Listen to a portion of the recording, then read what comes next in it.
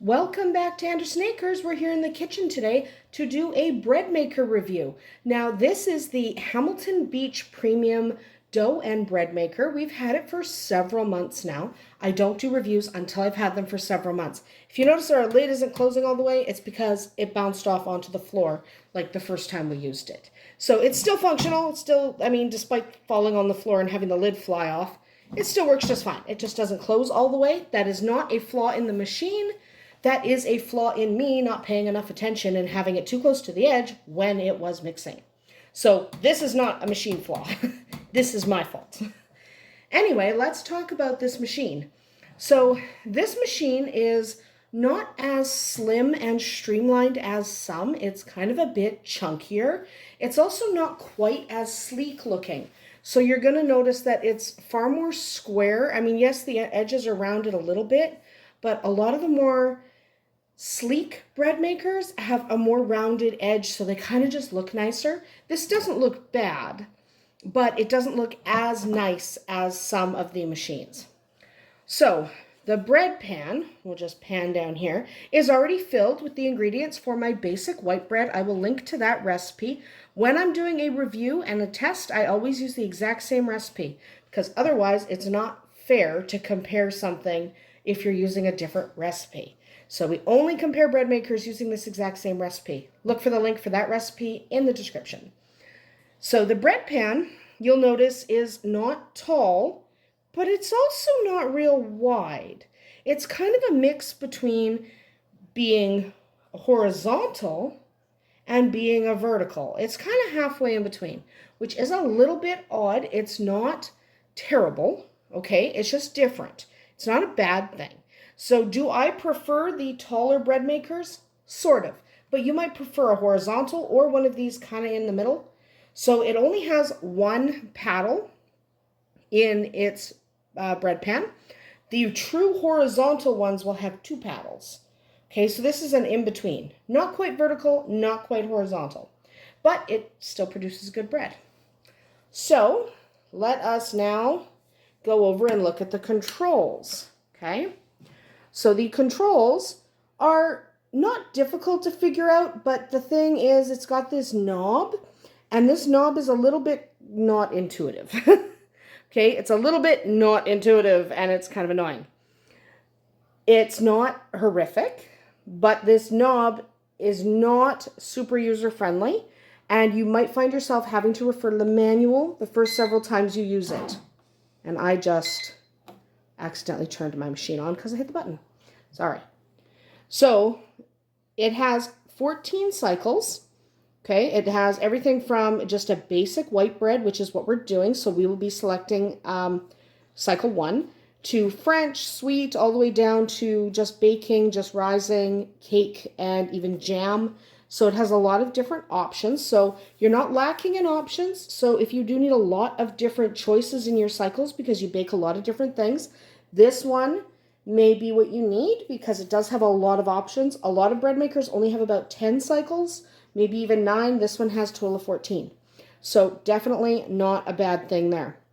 If you look here, the display is easy to see. It does not really light up. Some of them light up, but it's still easy to see without lighting up. It has 3 options for bread sizes. It's got a 1-pound loaf, which is suitable for recipes that use less than 3 cups of flour. 1.5 pound. That's, 3 to 3.5 cups of flour is suitable for that one. And it's got a 2-pound loaf. 2-pound loaf is more than 3.5 cups, up to about 4.5. So you'll select based on the size of your bread that you're making. I'm going to be going right in the middle with 1.5. If you do like having the 3 cycles, this one does have 3 cycles. A lot of bread makers only have 2, which is perfectly fine most of the time. But if you do need 3, this one has it. Okay.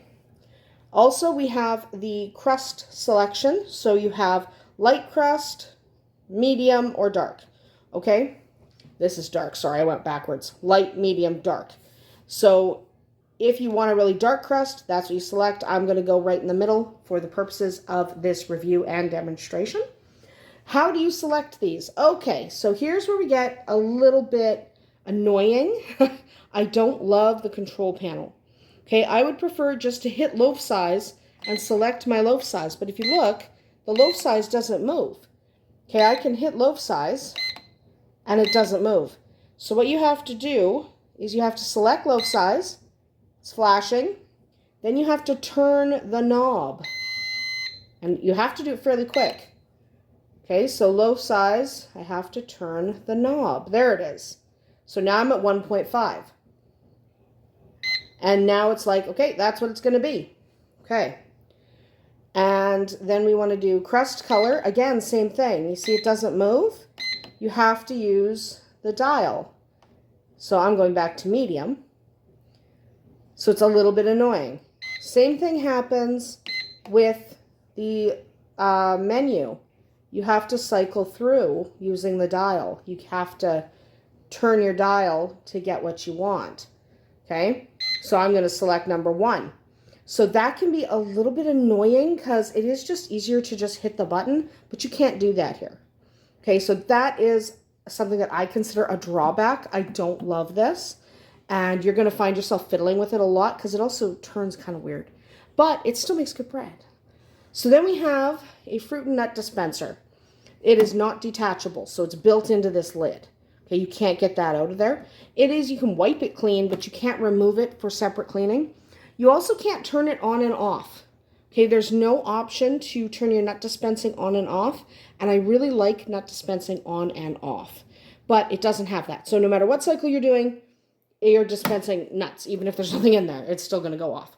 So that's kind of annoying. The other annoying thing, I mean, at least it does dispense in the dough cycle, which some of them don't.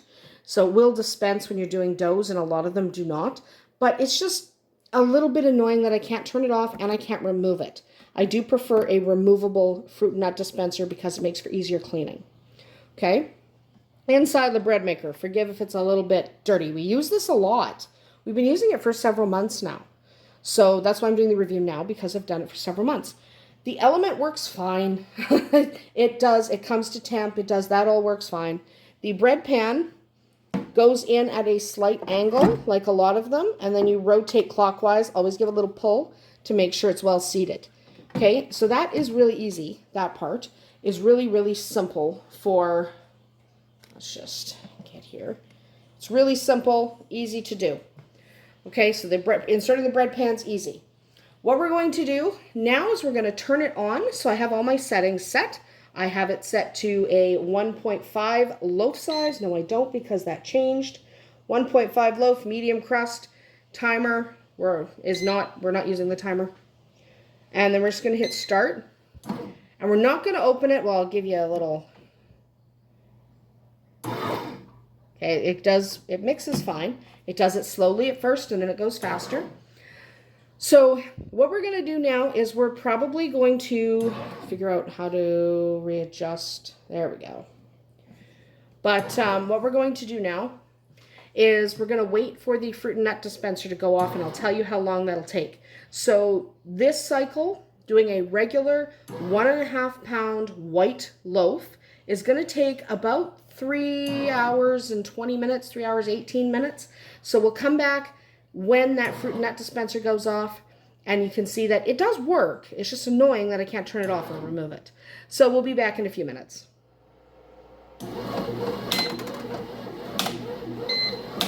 And these clicks and beeps that you're hearing right now are the nut dispenser dispensing. So that's how you know your nuts and your fruits are entering your dough. Now, obviously, we are not adding fruit and nuts to our white bread, but it is good to know that it dispenses. It dispenses about 40 minutes into the cycle, 35 minutes I think it's been, which is pretty normal considering you don't want to add the fruit and nuts until your final need. So this machine goes through a few rest and need cycles before it adds the fruit and nuts, but they have been added. The dispenser has dispensed. And if you look in the viewing window, it's actually a pretty decent viewing window. Okay, it's not a terrible viewing window.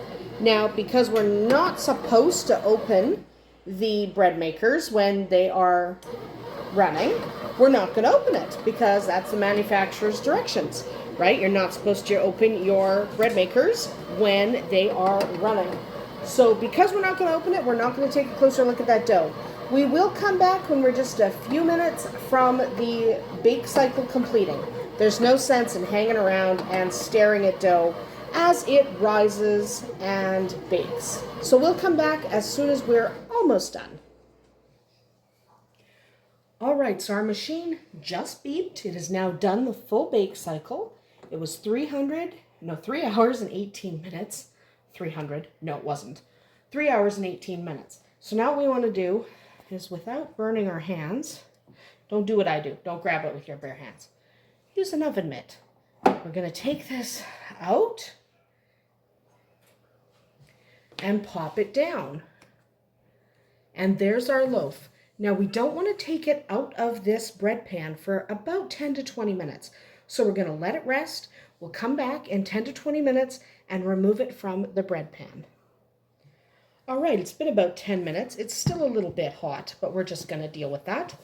We're just going to shake it out of here. Now these are pretty good nonstick pans, so they slide out pretty easy. And in this case, the kneading paddle did come out, so the kneading paddle is in the bread pan. Kneading paddle's in the bread pan. If it wasn't, knock the camera. If it wasn't, we do have this handy little dandy key. It's like a little hook. And what you do is you turn this on its side, stick this in, and fish out the paddle so you don't destroy the end of your loaf. I didn't need to use this today because it came out in the pan. Now, if you do have these, keep them because not every bread maker has them. Okay, so you want to keep these. These are excellent. The other things this bread maker comes with is a measuring spoon with a tablespoon and a teaspoon. I don't really find these that useful. I tend to chuck them because I don't find them useful. And it came with a measuring cup for measuring the liquid and the flour. Again, I don't really use that, but this little guy, he is worth keeping. So not every bread maker will come with this. So if you have one from an old bread maker, always keep them because they do come in handy. So we don't want to cut this yet. We want to let this bread set up for 20 to 40 minutes until it's pretty cool. Then we'll come back and give it a slice and see what it looks like inside. All right, so our bread is nicely cooled, so it's cool enough to cut. So what we're going to do is we're just going to slice fairly in. When you're checking your bread, you don't necessarily want to cut to the edge.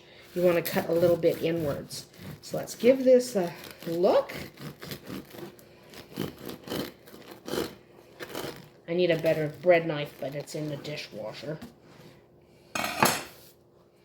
And there we go. That's actually quite a nice bread. It was well mixed, well kneaded. It looks like a really good bread, and it's going to be tasty because it's the same recipe I always use. So, it makes a good bread. Now, what do I like about this bread maker? Well, one of the things I like, and I think all bread makers should have it, is a list of the different cycles. It's really, really annoying to have to go look in your manual every time you want to check what cycles are available. I like the number of vents. There are vents all the way around. There's vents on the top, side, and back. That's a good thing because it means a lot of heat does escape. Your bread maker itself doesn't get as hot. So that's really good. Just remember to keep the sides and the top of your bread maker away from your cupboards and cabinets and anything else because these vents do put out a lot of heat. So I like that. I like that it has the options for the different size loaves, the 3 options. That's really nice. So if I want to make just a little guy, I can. I don't necessarily have to make my regular size or even the bigger loaf. I can go to kind of a baby loaf. And I like having that option because not everybody always needs the big one. What don't I like about it? I don't like this knob. I find that knob annoying. I would much rather just push the buttons and have the options switch instead of having to push this and then turn the knob to figure out what setting I'm on. And this knob, I don't like. It doesn't even turn that nicely. Like sometimes you have to turn it quite a bit to get it to switch. I don't love this knob. I probably will not buy another machine that has a knob. It's one of those things I thought I'd like, but turns out I really don't. So I probably will not purchase another machine that has this little knob on the bottom. Okay, I just don't like the knob controls. I prefer just a button to press. I also don't really like the look of this machine. Okay, it's a little bit too square. The edges are not as rounded off as I would like. Like, they should be a little more rounded off.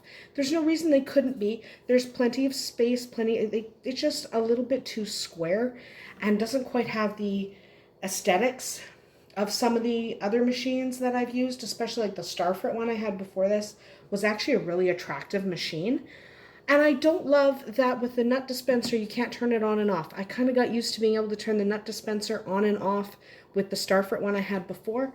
This one, you can't do that. I do like that the nut dispenser dispenses on all of the different cycles and not just on 1 or 2 cycles.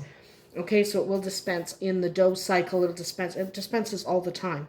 And I really like that because the Starfrit didn't.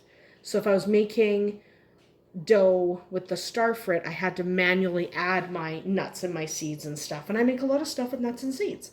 So for me, I love the dispenser. I wish it was detachable, but at least it functions with every cycle, and that's important. So would I buy this machine again? The answer is no. I like that it made a nice loaf, and I like some of the features, but this is really off-putting to me. I do not love this. If this doesn't bother you, then this is a fantastic machine for you to use, because it's a good machine. Okay, it does the job. It's a decent brand name. I just really hate this. This is really annoying. Okay, I just prefer just hit a button, change the loaf size. Don't make me do this. Right? Don't make me do this to change the loaf size. That's annoying. And you have to use this to change the loaf size and the crust color and the menu and everything. It's really annoying. The timer, you have to like this. I don't like it. So would I buy this machine again? No. And I will not buy a machine that has this dial at all. So if I see a machine that has this dial, I'm not purchasing it. It's not just the Hamilton Beach version. I really hated this. I will continue to use this machine until I wear it out, which I do fairly quickly because I make a lot of bread, but the next machine won't have one of these. Anyway, I hope that was helpful to you, and I hope that you got some use out of this video. I wouldn't buy it again, but it might be perfect for you. So remember to get the bread maker that is right for you. That's about it for us here today at Andersen Acres. We'll see you tomorrow.